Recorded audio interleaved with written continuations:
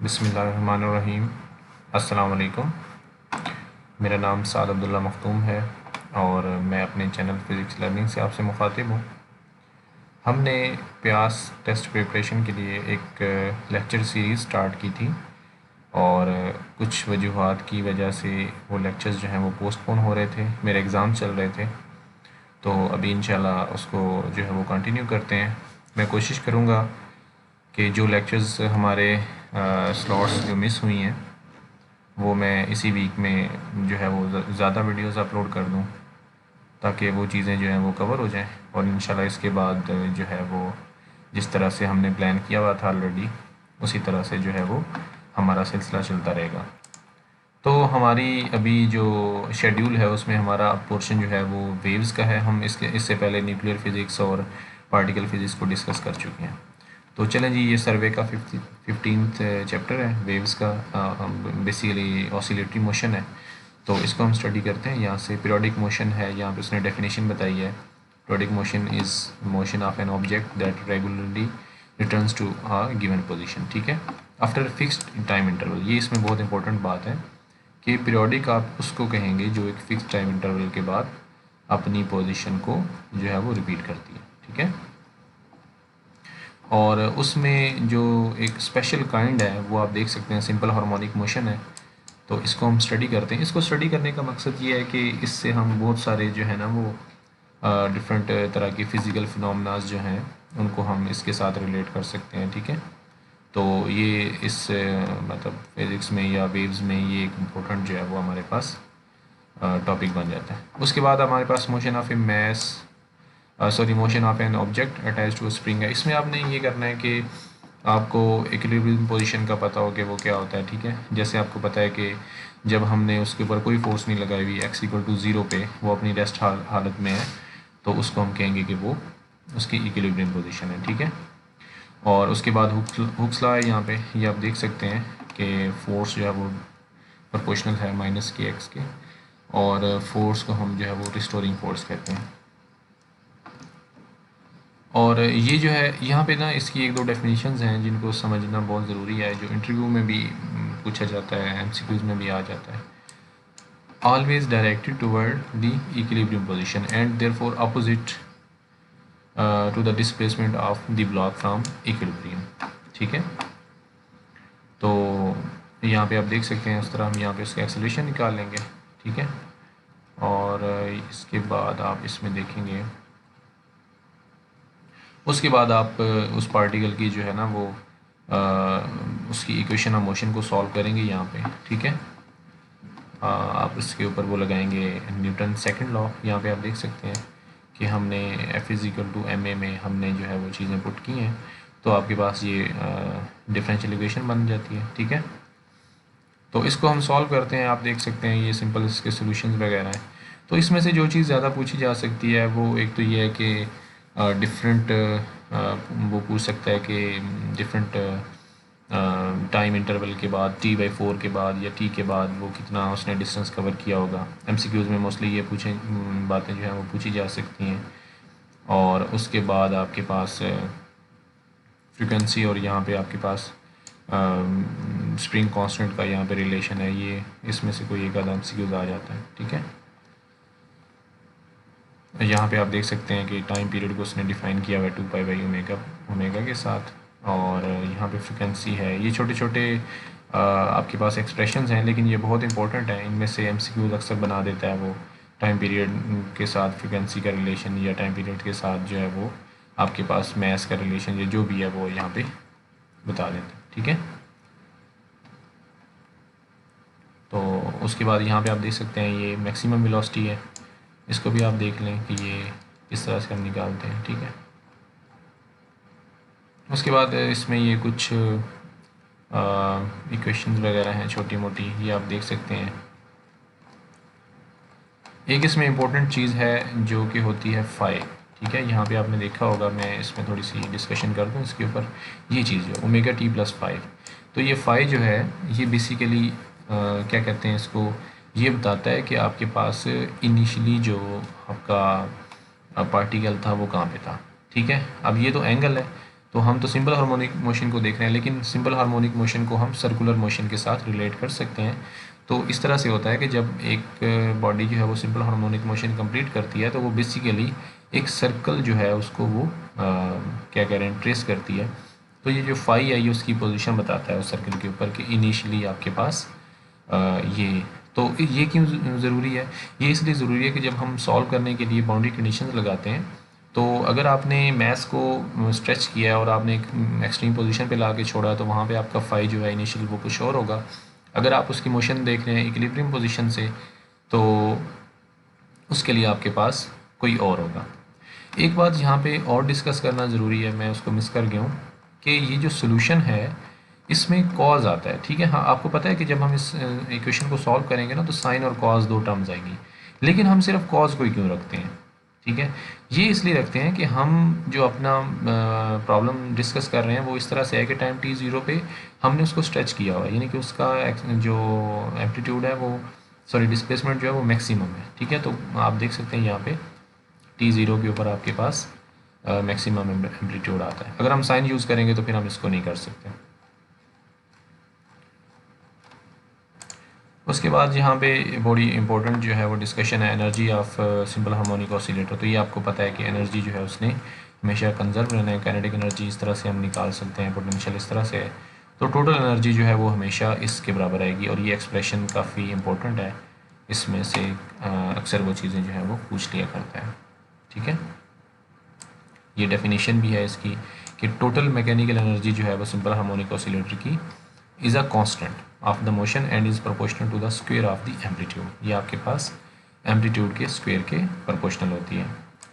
यहाँ पे अगेन उसने वही किया हुआ जो मैं पहले डिस्कस कर रहा था आप लोगों के साथ कि सिंपल हार्मोनिक मोशन को वो यूनिफॉर्म सर्कुलर मोशन के साथ कंपेयर कर रहा है। तो यहाँ पे आप देख सकते हैं कि आप जो है वो बॉल को रोटेट करते हैं, तो इसने डिफरेंट तरह से बताया हुआ है कि आपने लैंप अगर आप ऊपर फॉल करते हैं तो अगर वो बॉल जो है वो रोटेट कर रहा है तो स्क्रीन के ऊपर जो है आपके पास शेडो जो है वो एक स्ट्रेट लाइन आएगी। इसी तरह एक और हम पढ़ते होते थे छोटी क्लासेस में कि अगर आप जो पार्टिकल जो है वो ऑसिलेट कर रहा है उसके साथ आप एक पेन जो है वो अटैच कर दें और उसके नीचे जो पेज है उसको आप मूव करें डायरेक्शन में, तो आपके पास एक सर्कल जो है वो बनता है। तो बहरहाल ये कहने की बात है कि सिंपल हार्मोनिक मोशन और जो सर्कुलर मोशन है ये एक दूसरे की एनालॉगस है। ठीक है, तो यहाँ पे उसी तरह से वो चीज़ें बता रहा है कि यहाँ से उसने स्टार्ट किया टाइम t ज़ीरो पे। अब देखें यहाँ पे उसने ना फाई को कंसिडर किया हुआ है। ठीक है, तो इनिशियली उसने कुछ ना कुछ एंगल जो है वो उसका लिया है। उसके बाद है जी हमारे पास पेंडुलम है, सिंपल पेंडुलम। ठीक है, ये भी आपके पास सिंपल हार्मोनिक मोशन करता है। इसमें भी याद रखने की चीज़ें यही हैं कि आपके पास जो इक्वेशन है वो इसकी किस तरह से है। ठीक है, फिर इसका टाइम पीरियड जो है वो किस तरह से हम निकालते हैं। ठीक है, मैथ्स पे डिपेंड नहीं करता, ये बहुत इंपॉर्टेंट चीज़ है कि इसका टाइम पीरियड जो है वो मैथ्स के ऊपर डिपेंड नहीं करता। ठीक है, only on the length of the string and the acceleration due to gravity. यहाँ पे एक क्वेश्चन ये भी बन सकता है कि आपके पास मून के ऊपर जो है वो टाइम पीरियड क्या होगा, या इस तरह से कंपैरिजन जो है वो आ सकता है। उसके बाद हमारे पास फिज़िकल पेंडुलम है। तो फिज़िकल पेंडुलम के लिए जो एक चीज़ डिफरेंस जो आएगा वो आपके पास एक्सप्रेशन का आएगा। तो उसको इस तरह से आपने जनरलाइज फॉर्म में लिख लेना है कि ये आपके पास टाइम पीरियड जो है वो इनर्शिया ओवर mgd के बराबर आता है। तो इसमें आप सिंपल पेंडुलम के लिए ये चीज़ें पुट करेंगे तो आपके पास सिंपल वही रिलेशन जो है वो दोबारा आ जाएगा। उसके बाद ये टॉर्शनल पेंडुलम है, ये आप देख लें कि किस तरह से आपके पास जो है वो इसका टाइम पीरियड जो है वो चेंज होता है। तो बहरहाल इसमें भी आप देख लें कि 2πi/k जो है वो आ रहा है। यहाँ से एक जो है वो हम चीज़ देखते हैं कि इनर्शिया जो है वो इस चीज़ में, मतलब अगर आप लीनियर मोशन देख रहे हैं तो उसमें आप मैस को देखेंगे। ठीक है, और मैस जो है वो बेसिकली टाइम पीरियड को, सॉरी मैस को नहीं देख रहे आप, जो है वो उसकी आप लेंथ को देख रहे हैं। ठीक है, तो यहाँ पे भी आपके पास वही जो है वो आई जो है वो इस चीज़ को बताता है। आई आपको आप पता है कि किस तरह से निकालते हैं आप जो है वो उसकी रेडियस वगैरह से आप ये चीज़ें निकालते हैं। उसके बाद जी बहुत इंपॉर्टेंट टॉपिक है डैम्प्ड ऑसिलेशंस का। ठीक है, इसमें हम देखते हैं कि डैम्पिंग किस तरह से होती है। आप मीडियम के अंदर कोई भी रेजिस्टिव फोर्स जो है वो ऐड कर दें तो वो आपके पास डैम्पिंग हो जाएगी। अब डैम्पिंग में डिफरेंट केसेस हैं, ओवर डैम्प्ड है, अंडर डैम्प्ड है, क्रिटिकल डैम्प है। तो ये चीज़ें जो हैं वो बहुत इंपॉर्टेंट है, याद रखने वाली हैं कि ओवर डैम्प्ड कब होता है आपके पास, ये जो इसके कंडीशंस हैं, ठीक है, ये क्रिटिकल डैम्प कब होता है और ये आपके पास अंडर डैम्पिंग कब होती है, और इसके साथ इसके प्लॉट्स जो हैं वो भी जो है वो याद रखने वाले हैं कि आपके पास जो क्रिटिकल जो है वो डैम्पिंग है उसमें आपके पास बहुत जल्द जो है वो एम्पलीट्यूड जो है वो यहाँ पे आप देख सकते हैं, ये जो बी है बहुत जल्द जो है वो डिके कर जाता है। तो ये भी आता है कि जहाँ पे आपने इफ़ेक्टिव डैम्पिंग करनी हो, लाइक जैसे मोटरसाइकिल के शॉक अब्जॉर्बर होते हैं, तो उसमें हमारे पास कोशिश ये की जाती है कि क्रिटिकल डैम्पिंग जो है उसको यूज़ किया जाए, ठीक है। और इस तरह मतलब जहाँ पे भी आपने शॉक को ऑब्ज़ॉर्व करना है कि बहुत ज़्यादा शॉक लगा है तो उसके लिए आप क्रिटिकल डैम्पिंग यूज़ करते हैं। उसके बाद एक इसके जो मिलता जुलता कंसेप्ट है वो फोर्स ऑसिलेशन का है कि अगर आप बाहर से उसके ऊपर कोई फोर्स अप्लाई कर रहे हैं, ठीक है, उस सिस्टम के ऊपर, तो अच्छा डैम्पिंग जो है ये चीज़ याद रखनी है, डैम्पिंग सिस्टम के अंदर होती है, ठीक है, ये सिस्टम का हिस्सा है, सिस्टम की करैक्टरिस्टिक्स है, और फोर्स ऑसिलेशन में आप बाहर से जो है वो कोई एक्सटर्नल जो है वो एजेंट जो है वो आपके पास फोर्स प्रोवाइड करता है, ठीक है।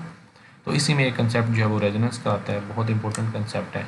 रेजोनेंस में क्या होता है कि आपके पास एम्पलीट्यूड जो है वो ड्रामेटिकली इंक्रीज़ हो जाता है, ठीक है। और रेजोनेंस की एग्जांपल्स आप देख सकते हैं कि रेडियो ट्यूनिंग में जो हम चेंज कर रहे होते हैं नॉब को, वो बेसिकली हम कैपेसिटेंस चेंज कर रहे होते हैं सर्किट की, और उसकी फ्रिक्वेंसी चेंज कर रहे होते हैं, मैच कर रहे होते हैं कि बाहर की फ्रिक्वेंसी जो है जो रेडियो स्टेशन से हमारे पास आ रही है उसके साथ हम जो है वो मैच कर जाएं। तो रेजोनेंस पे क्या होता है, the applied force is in phase with the velocity and the power transfer to the oscillator is a maximum. तो ये बात यहाँ पे देखने वाली है कि आपके पास जो रेजोनेंस पे फोर्स जो होती है वो इन फेज़ होती है, ठीक है। अब इन फेज़ का क्या मतलब है, इसको हम थोड़ा सा इस तरह से समझ सकते हैं। इन फेज़ को हम समझेंगे तो हमें हमें फेज़ एंगल या वो फाई जो है उसकी मज़ीद क्लैरिफिकेशन हो जाएगी। जैसे आप बच्चों को अगर आप झूला उनको दे रहे हैं तो बच्चा जब मतलब झूला वापस आता है और आप जब जैसे ही वो आगे मूव करने लगता है तो आप उसी वक्त अगर पीछे से पुश करते हैं तो उससे जो है वो इफ़ेक्टिव उसको जो है वो पुश मिलता है। तो वो इन फेज़ होता है कि आपके पास झूला जो है वो भी उसी डायरेक्शन में उसी अपनी पोजीशन के उस पॉइंट पे है और आपने भी उसी तरह से फोर्स लगाई है। तो अगर आप दरमियान में कहीं लगाते हैं फोर्स तो वो इतना इफ़ेक्टिव जो है नहीं होता। तो ये जो कंसेप्ट है ये आपके पास इन फेज़ का आ गया, ठीक है। चलें जी, ये हमारा टॉपिक क्लियर हो गया, इसमें छोटी छोटी चीज़ें थी। तो अब हम इसके साथ ही नया टॉपिक जो है वो नया चैप्टर स्टार्ट करते हैं जी। अब यहाँ पे हम जो है वो वेव मोशन को स्टडी करेंगे, ठीक है। तो वेव्स का आपको पता है कि किसी भी मीडियम के अंदर जब डिस्टरबेंस क्रिएट होती है तो मीडियम के पार्टिकल्स जो हैं वो ऑसिलेट करना स्टार्ट कर देते हैं। तो यहाँ पे वो बताता है कि दो तरह की वेव्स हैं, मैकेनिकल वेव्स हैं और इलेक्ट्रोमैग्नेटिक वेव्स हैं, ठीक है। In the case of mechanical waves यहाँ पे आप देख लें कि मैकेनिकल वेव्स में क्या होता है, अब some physical medium is being disturb in our pebble example, ठीक है। और इलेक्ट्रोमैग्नेटिक वेव्स में क्या होता है आपके पास बेसिकली ऑसिलेशंस जो हैं वो फील्ड के अंदर हो रही होती हैं, ठीक है। इलेक्ट्रिक फील्ड में ऑसिलेशंस होती हैं तो वो मैग्नेटिक फील्ड प्रोड्यूस करती है, लेकिन चूंकि इलेक्ट्रिक फील्ड ऑसिलेट कर रही है तो मैग्नेटिक फील्ड जो प्रोड्यूस होती है वो भी ऑसिलेटिंग होती है। तो इन टर्न जो है वो मैग्नेटिक फील्ड जब ऑसिलेट करती है तो आपको पता है मैक्सवेल इक्वेशन से ये चीज़ें हमें जो है वो पता चल जाती हैं जी। यहाँ पे अब हम देखते हैं कि जो डिस्टर्बेंस जो है वो प्रोपोगेट किस तरह से होती है। तो मैकेनिकल वेव्स के लिए क्या चीज़ चाहिए, सम सोर्स ऑफ डिस्टर्बेंस, ठीक है, a medium containing elements that can disturb and some physical mechanism through which elements of the medium can influence each other, ठीक है। तो ये हमारे पास जो रिक्वायरमेंट्स हैं कि आपके पास मैकेनिकल वेव्स जो हैं वो वैक्यूम के अंदर ट्रैवल नहीं कर सकती, ठीक है। तो उनको एक मीडियम चाहिए होता है जिसमें आप एलिमेंट्स को डिस्टर्ब कर सकें। यहाँ पे आपके पास ट्रांसवर्स वेव और ये आपके पास लॉन्गिट्यूडिनल वेव्स का कंसेप्ट है, इसको भी आप देख लें, ठीक है जी। यहाँ पे आप देख लें कि आप किसी भी वेव को किस तरह से उसकी जो मोशन है या उसकी जो पोजीशन है टाइम के साथ और स्पेस के साथ उसको किस तरह से बता सकते हैं। उसके बाद आपके पास यहाँ पे वेव मॉडल है, ठीक है, उसमें वो डिफरेंट प्रॉपर्टीज़ को डिस्कस करता है वेव्स की, ठीक है। यहाँ पे आप देख सकते हैं कि वेवलेंथ जो है वो मिनिमम डिस्टेंस है between any two identical points, ठीक है। और पीरियड जो है वो क्या है, time period, time interval required for two identical points to pass by a point, ठीक है। तो ये यहाँ पे डेफिनेशन है, इस तरह फ्रीक्वेंसी की डेफिनेशन है। और यहाँ पे आप देख सकते हैं कि इसके यूनिट्स वगैरह लिखे हुए हैं, हर्ट्स है, ठीक है। ये एक इम्पॉर्टेंट यहाँ पे रिलेशन है कि जो वेव नंबर है और उसको हम किस तरह से बताते हैं जी। उसके बाद हमारे पास यहाँ पे स्पीड ऑफ वेव्स है ऑन स्ट्रिंग, ठीक है। तो उसमें हम देखते हैं कि जो स्पीड है वो टी बाई म्यू के बराबर है, ठीक है। अब ये पता होना चाहिए कि टी क्या है और म्यू क्या है। तो टी बेसिकली आपके पास टेंशन है स्ट्रिंग में, जितनी ज़्यादा स्ट्रिंग जो है वो टेंस्ड होगी उतनी ज़्यादा उसके अंदर स्पीड ज़्यादा होगी। और म्यू जो है वो उसका basically mass per unit length है, ठीक है। तो आप यहाँ पे देख लें कि जैसे हम बचपन में हम माइक्रोफोन बनाते थे, जो हमारे पास डिस्पोजेबल ग्लास होते थे उनके अंदर हम जो है वो होल करके और जो है वो एक स्ट्रिंग जो है वो गुजार देते थे उसके अंदर से। तो फिर हम उनको स्ट्रेच करके रखते थे ताकि हमारे पास जो वेव है वो उसके अंदर से ट्रैवल करे। तो ये वो यहाँ से हमें पता चल रहा है कि अगर टेंशन ज़्यादा होगी तो उसके पास आपके पास वेलोसिटी जो है वो ज़्यादा होगी जी। इसके बाद हमारे पास रिफ्लेक्शन एंड ट्रांसमिशन का कंसेप्ट है, ठीक है। रिफ्लेक्शन का आपको पता है कि जो वेव ट्रैवल कर रही है उसके सामने कोई हर्डल आती है। Hurdle in the sense wave motion में जो है हम, या फिज़िक्स की लैंग्वेज में हम हर्डल से मुराद ये हम ये कहेंगे कि मीडियम जब चेंज होता है, ठीक है। तो यहाँ पे आपके पास मीडियम चेंज होगा तो आपके पास या तो रिफ्लेक्शन हो सकती है या फिर जो है वो ट्रांसमिशन हो सकती है। तो अगर आपके पास मीडियम जो है वो, हम अगर देखते हैं कि हमारे पास वेव जो है वो अगर रेयर मीडियम से डेंसर में ट्रैवल कर रही है तो क्या होता है, और अगर डेंसर से रेयर में जा रही है तो क्या होगा। तो यहाँ पे आप देख सकते हैं कि यहाँ पे वेव ट्रैवल कर रही है। तो ये जो वेव है, अब ये इस साइड से आपके पास पोजीशन जो है वो इसकी फिक्स्ड है। तो जैसे ये इसके साथ रिफ्लेक्ट होकर वापस आएगी तो इसके अंदर एक 180 डिग्री जो है वो इन्वर्शन आएगी, ठीक है। तो वो क्यों आती है कि आपके पास ये वेव जा रही है, यहाँ पे आप देख सकते हैं ये इसके ऊपर फोर्स लगाएगी अपवर्ड डायरेक्शन में, और ये चूँकि फिक्स्ड है आगे तो ये उसके ऊपर रिएक्शन के तौर पे जो है वो डाउनवर्ड फोर्स लगाएगा। तो ये आपके पास वेव जो है वो इन्वर्ट हो जाएगी। लेकिन अगर आपके पास ये एंड जो है ये फ्री टू मूव हो, तो जैसे ही ये आपके पास वेव यहाँ पे आएगी तो ये इसको अपवर्ड इसके ऊपर जो है फोर्स लगाएगी। लेकिन ये चूँकि फ्री टू मूव है तो ये ऊपर नीचे जो है वो मूव करता रहेगा। ये हम वैसे भी एक्सपीरियंस करते हैं, कोई चीज़ हमने कहीं किसी रॉड के साथ बांधी हुई हो और उसको हम ऊपर इस तरह पुल करें तो आपके पास वो मतलब जैसे अब रिंग है और ये रॉड के ऊपर अगर मूव कर सकता है तो ये ऊपर मूव कर जाएगा। तो कहने का मतलब ये है कि अगर आपके पास वेव जो है वो डेंसर से रेयर मीडियम में आ रही है तो आपके पास उसमें इन्वर्शन नहीं होगी। अगर वो रेयर से डेंसर में जा रही है तो इन्वर्शन होगी। यहाँ पे आप देख सकते हैं कि उसने लिखा हुआ है when a wave or pulse travels from medium A to medium B, ठीक है। यानी कि आपके पास जो मीडियम बी है वो डेंसर है तो it is inverted upon reflection, ठीक है। और अगर आपके पास वो जो है वो ए डेंसर हो बी से तो आपके पास इन्वर्शन जो है वो नहीं होती। इसके बाद हमारे पास है जी रेट ऑफ एनर्जी ट्रांसफ़र, ठीक है। तो हमने पहले पढ़ा है कि वेव जो है वो एनर्जी कैरी करती हैं, तो एनर्जी को एक जगह से दूसरी जगह पहुंचाती हैं। तो हम किस रेट से अब ये पहुंचा रही हैं, तो इसके लिए यहाँ पे एक एक्सप्रेशन है, ये आप लोगों ने याद रखना है कि आपके पास जो है वो किस तरह से किस रेट के साथ जो है वो वेव्स जो है वो एनर्जी को कैरी करती हैं। तो ये आप देख सकते हैं यहाँ पे उसने रेट ऑफ एनर्जी जो है वो ट्रांसफ़र यहाँ पे लिखा हुआ है, ठीक है। ये आपके पास म्यू उसकी मैस डेंसिटी है, mass per unit length, omega जो है वो उसकी फ्रिक्वेंसी है, ए जो है ये आपके पास एम्पलीट्यूड है और बी आपके पास वेलोसिटी है।